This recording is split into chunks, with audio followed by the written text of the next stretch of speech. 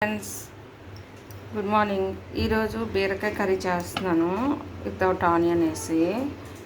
అంటే కార్తీక మాసం కదా, ఆనియన్ తినకుండా చేస్తున్నాను అనమాట. అంటే ఆనియన్ వేయకుండా చేస్తున్నాను. కార్తీక మాసం చేసుకునే వాళ్ళకి ఆనియన్ వేయకుండా అలా చేయాలో తెలుస్తుంది కదా, అందుకు చేస్తున్నాను. ఇంకా బీరకాయ తీసుకున్నాను, కట్ చేసుకున్నాను.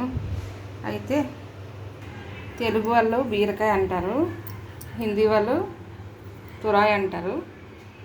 కర్రీ చేస్తున్నాను చూడండి. ఆనియన్ వేయకుండా చేస్తున్నాను కనుక ఇక పచ్చిమిర్చి, ఇది ఎండుమిర్చి. కడాయి పెట్టుకొని హీట్ అయ్యాక ఆయిల్ వేసుకుంటున్నాను.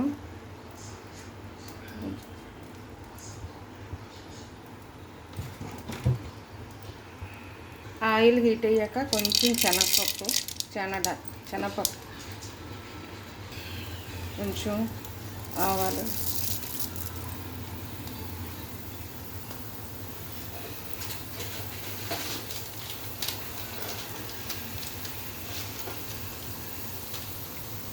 కొంచెం జీలకర్ర,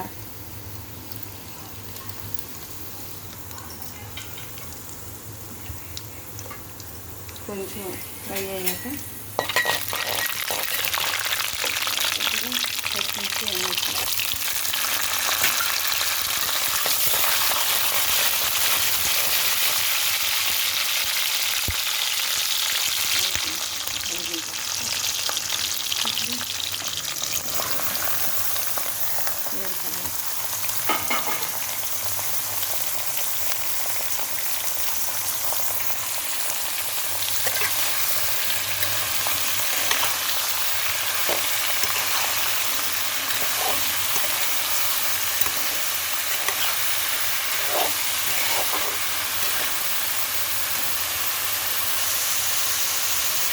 కల్లు ఉప్పు వేసుకున్నాము, ఎందుకంటే ఇది కొంచెం గ్రీన్గా ఉంటుంది.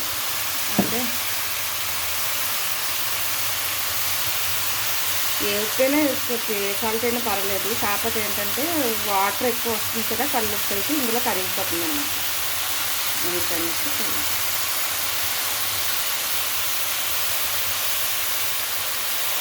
ఇప్పుడు కాసేపు మూత పెట్టుకుందాం. ఇట్లా మూత పెట్టుకుందాం. కాసేపు మగ్గిన తర్వాత మై ఫేవరెట్ బీరకాయ కర్రీ, నాకు చాలా ఇష్టమైన కర్రీ ఇది. దగ్గరకు వచ్చేసింది, కారం వేసుకుందాం కొంచెం.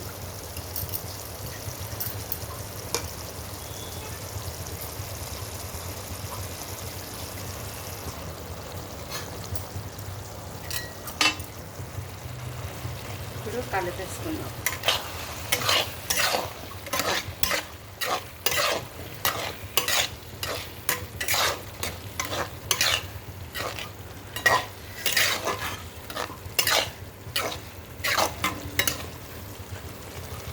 బీరకాయ కర్రీ రెడీ.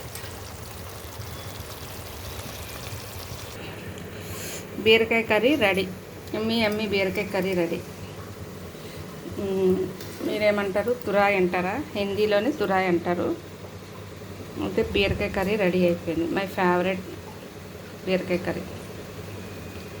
టేస్ట్ చేసి ఎలా ఉందో చెప్పండి. విజిట్